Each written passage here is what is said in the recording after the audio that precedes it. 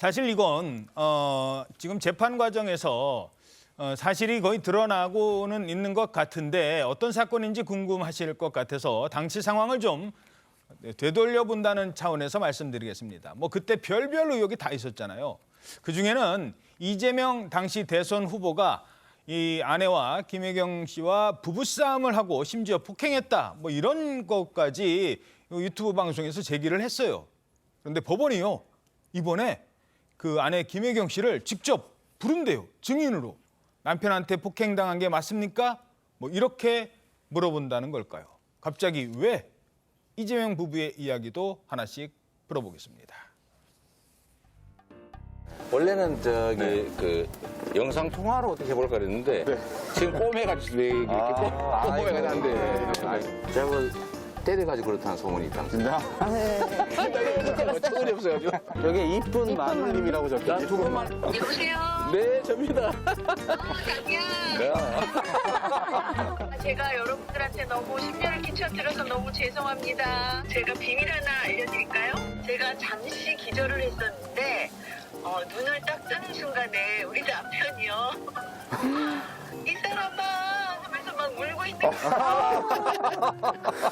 상상이 안 가시죠, 여러분들? 그래서 사실 좀 되게 뭉클했어요.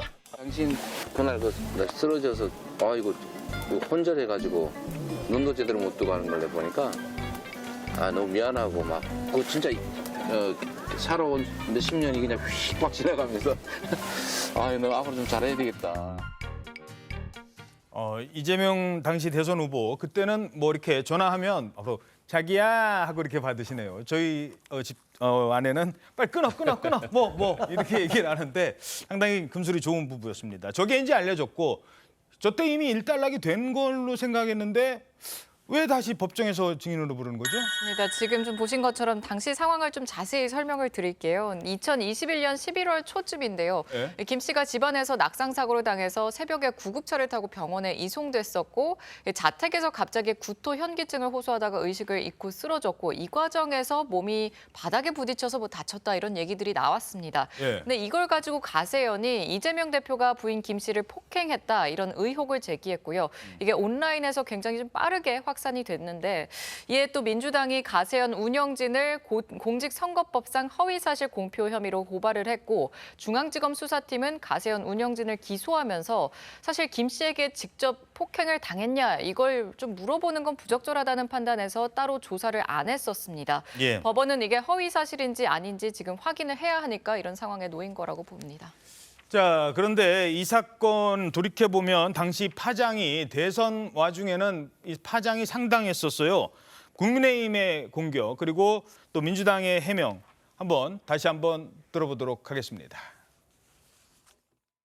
시발단과 같은 공작 정치의 망령이 모습을 드러내고 있습니다. 이재명 후보 배우자의 낙상 사고에 대한 조직적인 유언비어 대량 살포는 민주주의에 대한 심각한 도전입니다.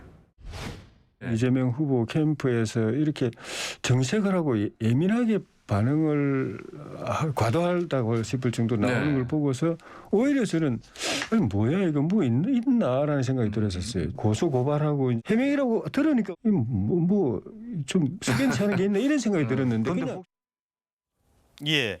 자, 하지만 당시에요 민주당이 이런 자료도 공개를 했습니다. 이재명 대표가 당시 후보가 직접 119에 신고를 했어요. 그러면서 그 녹취록이 공개가 됐었는데 자, 부인이 쓰러졌어요. 그때 이 대표 119에 전화를 걸어서 뭐라고 했을까요? 지금이다 뭐 도와드릴까요? 여보세요. 네. 여기 양지구모 인데요. 지금 빨리 앰뷸런스 좀 부탁드립니다. 무슨 일이신데요? 지금 이 토사광란에다가 얼굴이 지금 찢어져가지고 응급실 가야 됩니다. 네네. 아내분이요? 네네네. 자, 다소 좀 터무니없는 주장이다 이런 평가가 많은 게 사실입니다. 자, 그렇다면 지금의 이 상황 아예 그냥 나와서 증언을 하는 게 깔끔하게 처리하는 거 아닐까요? 어떻게 보십니까? 저는 그렇게 봅니다. 만약에 저것이 검찰이 출두해서 증언해라라고 했으면은 난리가 났을 겁니다. 아마 예. 민주당에서 검찰공화국이 검찰이 무슨 또 공작을 피고 있다 이렇게 얘기를 할 텐데 저거는 법원에서 결정을 한 거예요. 법원이 야, 이 실체적 진실을 알기 위해서는 당사자가 출두해서 말씀하시는 게 좋겠다 이렇게 얘기를 했으니까 뭐 사실 저는 뭐 부부 관계니까 대통령이 됐든 대통령 후보가 됐든 뭐 누가 됐든 남의 가정사에 대해서 이런 공개적인 자리에서 왈가왈부하는 거 별로 이렇게 좋지 않다고 생각을 하는데요. 예. 그럼에도 불구하고 저분들은 이제 서로 이제 고소 고발이 돼 있는 상태니까 진실이 뭔지 법정에서 가려지기를 바랍니다. 예. 어떻게 보세요? 진실은 가려졌지 않습니까? 예, 법원이 또 되게 바쁜 일 많잖아요. 지금 계속 그 대장동 관련해서 박용수 특검도 해야 되는데 저런 부분에 있어서는 녹취도 있고 본인이 또 아니라고 한 부분은 굳이 또 그걸 소환해서 할 필요가 있을까 하는 개인적인 생각을 가지고 있습니다. 예, 알겠습니다.